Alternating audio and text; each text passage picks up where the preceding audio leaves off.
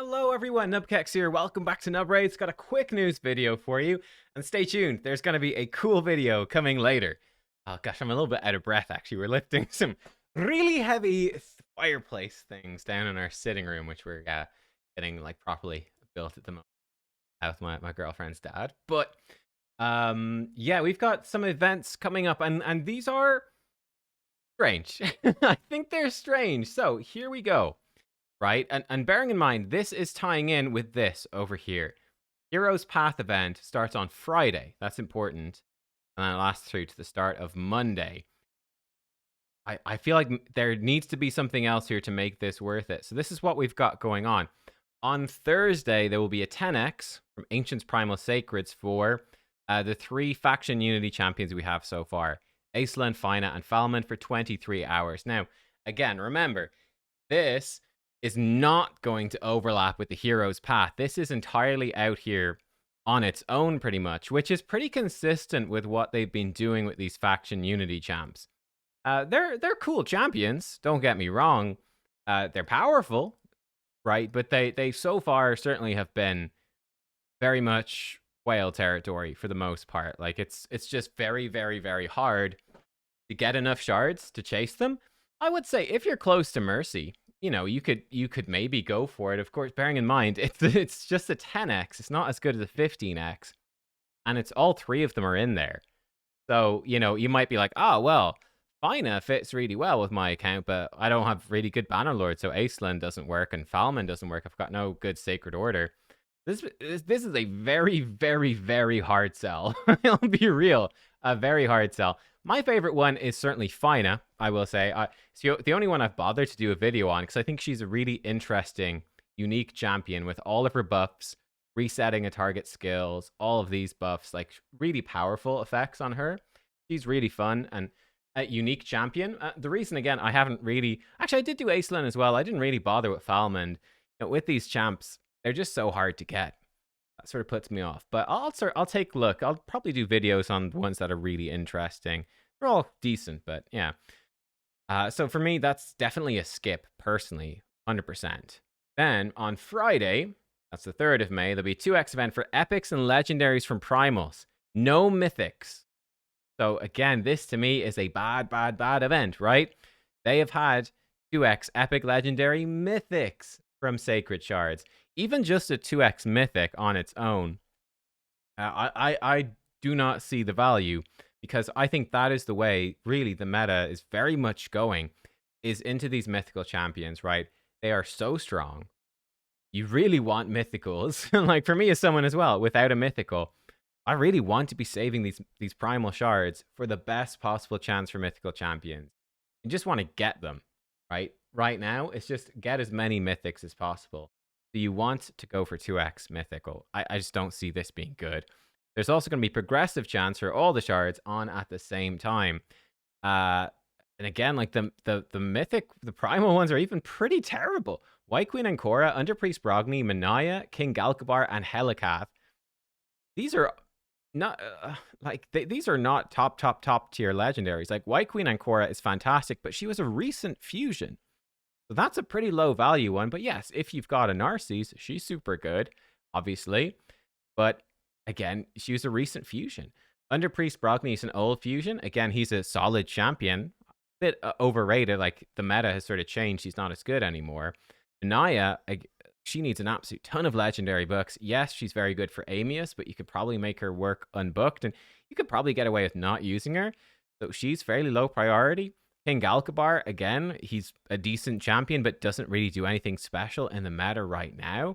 And Helikath is a former fusion. He is solid. He's good. Yeah, he's still solid for Arena. And he obviously unlocks unkillable stuff for you, or like block damage compositions for you if you don't have those for Iron Twins, Demon Lord. I don't know. It's a fairly weak set of legendaries. Like none of it's not a Harima or anything like that that's making me go like, okay, cool, great, yeah, it's a hero's path. Let's pull loads of shards. Like this is fairly. I actually have all of these champions. Funny enough, so I use Ancora all the time for Arena. Brogni we never use. Galkabar is just for faction wars. Manaya for Amius occasionally, and Helikath if I had better gear for him, probably use him a bit in arena, but I don't know. I don't know. Now, Warlord and Sulfurion, these are both really good. The Voids are really, really strong.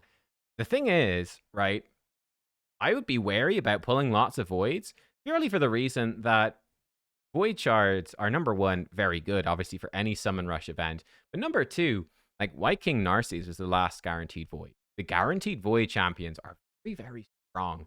And I think that is a better way to use your stuff rather than gambling. It's generally better to go for the guaranteed with your Voids if you can save up that many. But you need a lot saved up for this to be a meaningful event anyway, right? But Sulfurion and Warlord are both very good. Sulfurion, he's actually decent for arena. He can blow up Stone Skin, which is cool.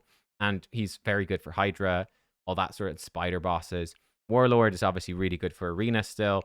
So yeah, I mean, Warlord will fall off with Mythicals, though, because you can lock them out of Form 1, but they can swap to Form 2. So Lockout will be falling off as more Mythicals come in.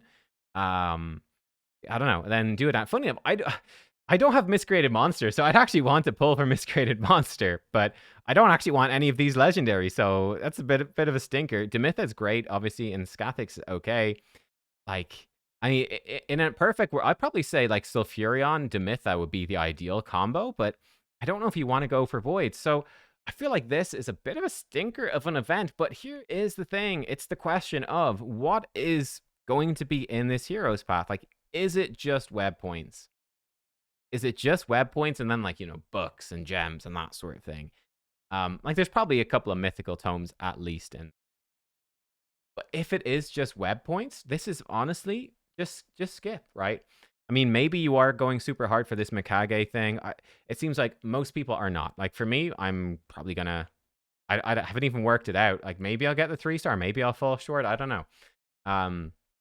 But I'm not too pushed about it. I mean, like, any of these rewards are great. So whatever, any rewards I get are nice, but I'm not pushing hard. I'm just, you know, doing a small bit and picking up some points that aren't so bad and getting them along the way.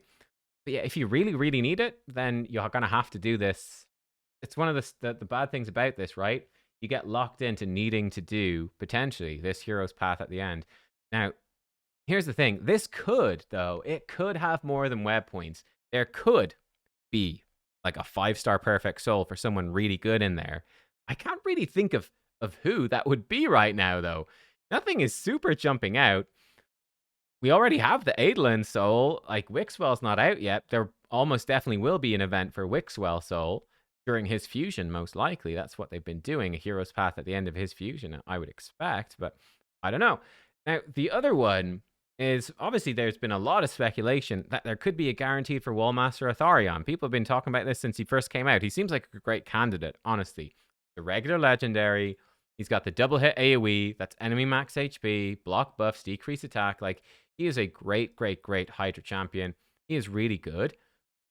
People are giving him a 5 out of 5 in Hydra, you know? This is a champion I think would be very useful for a ton of people. So this would change it. We don't know yet, and it's a bummer. I do think that they have postponed telling us about whether or not either it's just not there and that's it, or maybe he is in for a guaranteed, and they're like, you know, we'll leave it. We'll let them pull on the Thursday for this stuff, and then we'll tell them halfway through Thursday. So I mean, really, you should wait to the end of Thursday, and hopefully we'll know by then if that would change your mind if you're for some reason going for the faction unity stuff, but. He'd be a great guaranteed, and that would make it worth it, right? That would make it worth your shards to get this guy. Obviously, Vault Keeper Wixwell looks. I've seen some people saying they think Vault Keeper Wixwell is like one of the best fusions of all time. I don't think so. Like, I haven't really thought about it. I cannot imagine anyone beating Newt for a good while yet. So I'd have to think about. I think Wixwell looks to be good. I mean, we'll see, but playtest no more, I guess. But yeah, look, if this guy is in for the guaranteed, I'll obviously fill you in as soon as I know, but that would make this event good. Otherwise, I think this is a skip, right? I think most of you are skipping the Titan event, so you don't care about the web points, and that's all there is, then it's why bother? There's not juicy champions, just prepare for the fusion. Simple enough. There you go. Anyway, stay tuned. We're gonna have some fun news later on. Be a fun video. I'll see you all for that one. Goodbye.